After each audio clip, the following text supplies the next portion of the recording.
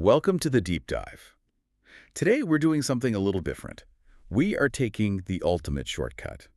Right. We're skipping all the prepared remarks Yeah. and diving straight into the Q&A session from the eXp World Holdings Q3 2025 earnings fireside chat. Yeah, and that's really where the gold is. I mean, the prepared statements, that's all polished PR. Exactly. The Q&A is where the script ends. It's where you find out what management is really focused on, what the market is asking, and what the tough questions are.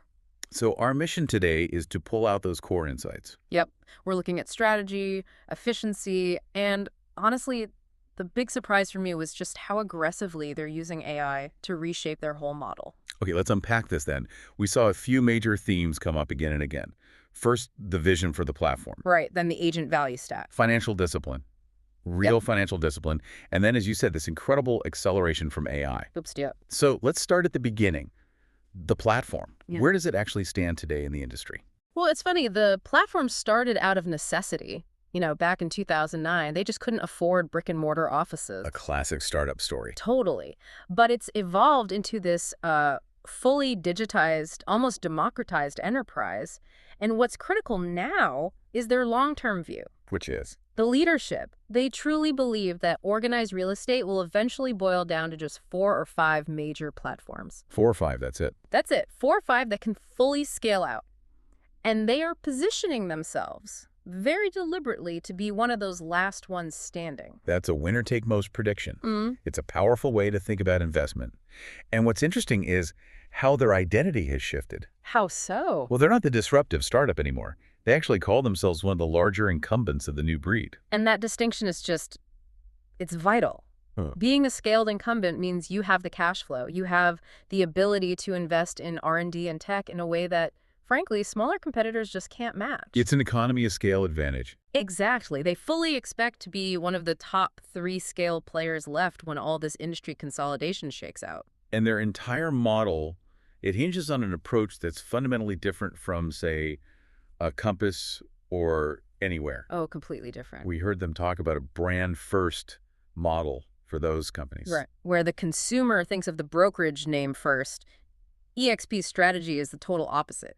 The agent is the brand. Agent is the brand. The brokerage is just the infrastructure. Think of it like the operating system, the iOS, that lets every agent run their business like a sophisticated little app. So their success depends entirely on empowering that individual agent's brand, not trying to overshadow it. And that leads directly into what they have to provide for those agents, right? Absolutely. So they were pressed on this. What exactly is in that agent value stack that keeps, 83,000 agents happy and brings new ones in? Yeah, and it really boiled down to 2 things. First, you've got the innovative tools and tech. And they got specific, which was good. Very specific. We're talking integrated tools like Canva for marketing, Pay Now for getting commissions faster, their CRM choices, the My eXp hub. These aren't just, nice to haves. Well, they're engines. They're the engines for marketing and lead gen that an agent needs to grow. Okay, and the second point was a bit surprising for a virtual company. Community. Training, coaching, community. Right. They really stressed that the virtual brokerage is rooted in real connection and education. They brought up eXp University, Elevate Coaching, big events like eXpCon. So they're proving that you don't need a physical office to get that kind of real-world mentorship and education. And that scalable infrastructure, that's what's letting them push so hard into international markets. Okay, here's where it gets really interesting. They mentioned Luxembourg, the Netherlands, Romania. Yes. And in each market, they are targeting a traditional model that's just, it's ripe for disruption. Walk us through that. What's the specific strategy there? Okay, so in places like the Netherlands and Luxembourg, you have what's called an employed model. Agents get a fixed salary. A steady paycheck. Right. And eXp comes in offering these highly competitive commission splits that blow that model away. Then you go to a market like Romania. And what's the model there? It's dominated by legacy franchises that might impose these really punitive splits, like 50-50 or even 60-40, where the agent is keeping less than half their commission. Wow.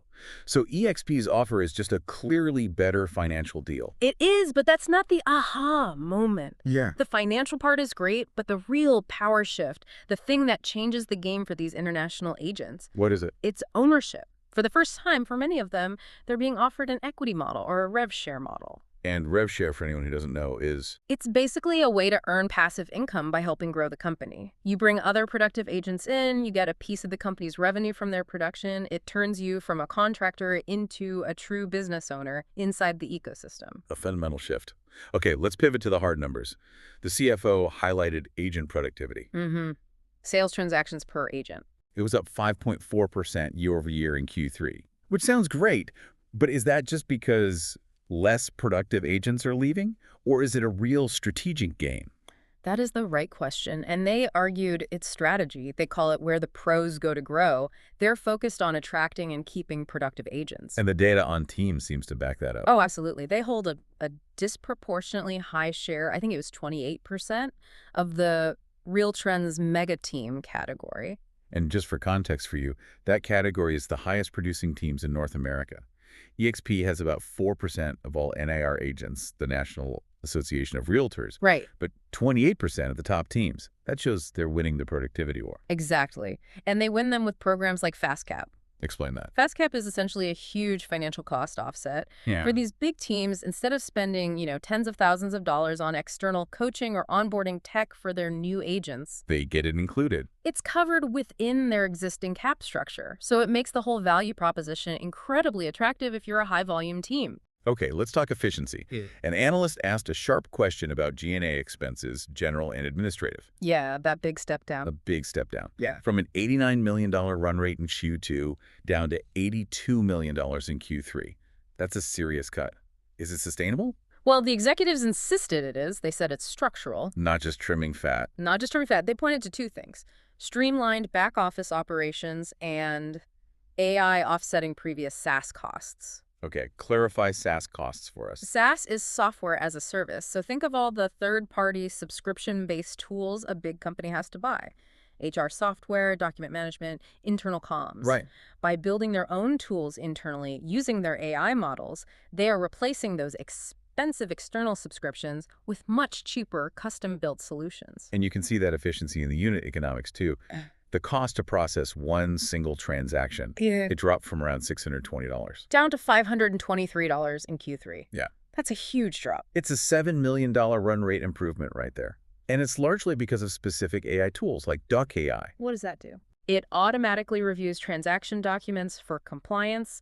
It checks for missing signatures, required forms, all that tedious stuff before a human being ever has to look at it. So AI isn't just some flashy feature for agents. It is now a core driver of their internal financial discipline. Totally. They even won that Best Use of AI by a Brokerage award. So what other AI applications did they highlight? What else is strategically important? Well, beyond the transaction automation, I think the biggest insight was about their internal development speed. The CEO talked about their new internal social network, the Connect Hub. Ah, yes. This is where my jaw kind of dropped. They said they built this huge, robust platform using their own AI coding models. And the speed was it was astonishing. What were the numbers? The executive said the Connect Hub was built 10 times faster at literally less than 1/10 the cost. Okay, let's just pause on that. 10 times faster, 1/10 the cost. That's not just an operational improvement. Yeah. That is a fundamental change in how enterprise software gets made. It is. If you can build your own custom tools faster and cheaper than buying them off the shelf, the entire competitive landscape just shifts overnight. You can tailor everything perfectly to your own model. Exactly. No more compromises with off-the-shelf software. And crucially, the speed is what allows for their aggressive global scaling. Right, because the head of international confirmed that. He said AI is what let them scale their international tools so fast. Everything from country-specific websites and agent microsites all the way to their public portal Live, which even has local WhatsApp integration. So the Connect Hub story, it proves the whole model. It connects all the dots, the strategic vision, the agent value, the financial discipline. It's all being enabled by this internal tech build. That's quite a look behind the curtain. It's clear from the Q&A, this is a company that is just intensely focused on deep operational efficiency and winning the most productive agents on the planet. Yeah, to really nail down the theme here, the foundation is productivity. You see it in that 5.4% increase.